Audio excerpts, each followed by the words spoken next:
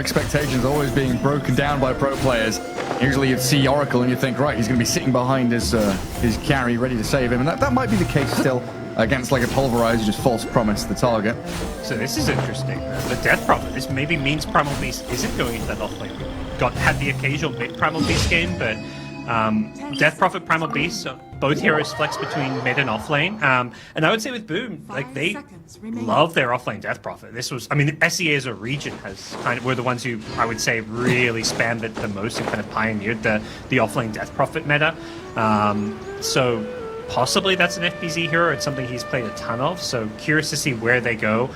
Since Yopaj is usually playing these more playmaking, these flashier, the kill heroes. So if anything, the Primal Beast suits him more than the Death Prophet. Yeah, to go in, get stuff done, create a bit of chaos, play in, play out. That definitely works out for him. OG, just quickly back to the Oracle topic. I always think Huskar. I see this here, it's like in the back of my head, Amar Huskar is always a possibility. Maybe not now, but it could come out a little bit later on, depending on how they want to shift these heroes around. Like you were saying, this Razor could be 3, could be 1. Hell, it could even go back into the mid lane if you really want that. They've got the 2 supports that are, Clockwork Oracle's not too bad as like a support duo in terms of saving or killing. They've got teamfight disruption, but they've got a lot of damage between them. Yeah, I like it a lot. I mean, I think both teams just have good, solid support duos. A lot of these, well, not a lot, but some of the time in these drafts, you'll just see a support duo and you're like, oh, these two heroes don't really synergize well. But I think Tusk Snap, same with the Oracle Clock, just heroes that mesh well together. And here's OG, they tip their hands, they're going to go down the hard carry, late game Dota approach, they pick up a TP to go with the Razor. It's a lot of greed, it's a lot of farming, but they feel like they can get away with it. And Boom have already got Death Prophet, so they have ways to push the Death. But the thing I think, like if I'm Boom and I see this, I'm like, okay, this kind of plays a little bit into our hands, but it does put a lot more pressure on you, because before they're probably thinking, maybe we can scale a bit as well. And now that this TP comes out, I think if you're Boom, you're like, okay, all out aggression, let's play fast, let's take Lucius, let's take early towers, because going late in against TP Razor doesn't make sense. Yeah, this kind of reminds me of that VG Gaming draft. It was us casting, right, against Team Liquid, where they had Undying, Tunnel Beast, Tusk, VP, Jug. And they had 5 unkillable heroes. And if you just don't have the damage to nuke one of these down or heal through that consistent damage, you can get run over. Like VG Gaming, they destroyed Liquid. It was a 40-minute game, but it was over in 20. Yeah. Yeah, and that's like the kind of carry I think would suit Boom's draft really well. Like get the Jug type heroes, get something that's going to play fast. You don't, at this point, it's like, what carry do you want that counters a TB? It's like maybe like a PL or something, which is kind of off meta and not particularly strong. I think, PL is good against Razor and TB. Maybe it just gets banned as well, but to me, it's like not the best way to approach this game. I think you're better off picking something more aggressive. Yeah, and maybe look to ban out this Invoker for OG, kind of feeling that for the mid lane for BZM, something with a bit of tempo. Because you need someone to play the map with your Clock, Oracle, Razor while TB's farming, right? You need someone active for BZM here. Yeah. I think his hero could depend a bit on what the last pick is too. So he's maybe going to be like, okay, what's their carry? What's it not played well into? So, he could be going for some of the Spirit heroes. He could be, like you say, going for an Invoker type hero.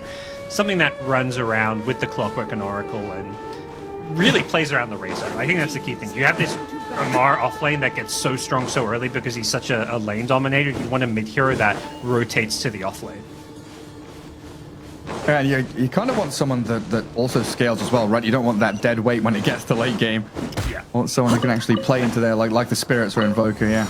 And I think the Lesh ban is really smart because it's this mid hero that rotates to these side lanes and pushes towers. Like, you look at, if TP's going to be farming and playing catch up in the jungle, OG's draft doesn't really take objectives, so having a mid laner that can rotate to the Razor's lane and not just get kills, but push towers makes a lot of sense. So the Leshrac would have been a really nice last pick. Oh, the CK ban. That's a clever one, Jackie CK. Yeah. That would have been an absolute monster. OG looking back at that VG Gaming draft and thinking, no tanky heroes, please. Yeah. I think it's kind of like, there's 2 roads they go down. They get the tempo carry, the Juggernaut type hero, or they get the late game and try and beat TB Razor late game with a PL. Problem is you pick a PL and it's good against TB Razor, and then they pick Zeus. Maybe they are planning to do that because they have Leshrac, which is a PL counter here. But it's just, there we go. They go PL. I mean, this Good just call. feels like PL into Zeus or something like that. But Or a we'll see. Necro or something. Or the that Ember. works, yeah. Yeah. I mean, OG baited this PL. They literally left it in the pool like they're going to pick PL because it's good against TB Razor, and we're going to have him. Our mid lane is going to have a free game. And the issue with this is I feel like Boomer, they had this tempo draft with Death Prophet Primal Beast cores, and then they picked like a slow pace carry. It can still work, but it just feels a bit asynergistic. Yeah, and I don't know how I do know how I felt about that, so I've not felt good about PL the past year or so. He's on my shit list, gods. I'm not gonna lie. He's one of those heroes I see in a draft and I think, yeah, it looks okay, but you know, with all the changes like Diffusal Blade, the fact that he needs 3 items, he needs 30 minutes of solid farming, that I just don't know how he fits in here. In terms of meta. If this was MLP, you'd be calling the hero trash. Yeah, like, this hero's trash. You can't win with PL. Yeah, it's a tough one. I also think PL just has I mean, yeah, it's good against Razor, but not in the lane necessarily. Like, I feel like picking PL into Amar's probably thrilled about this pick in some ways. Like, he's guaranteed a good early game and laning stage now. So, I'm liking OG here in game 1.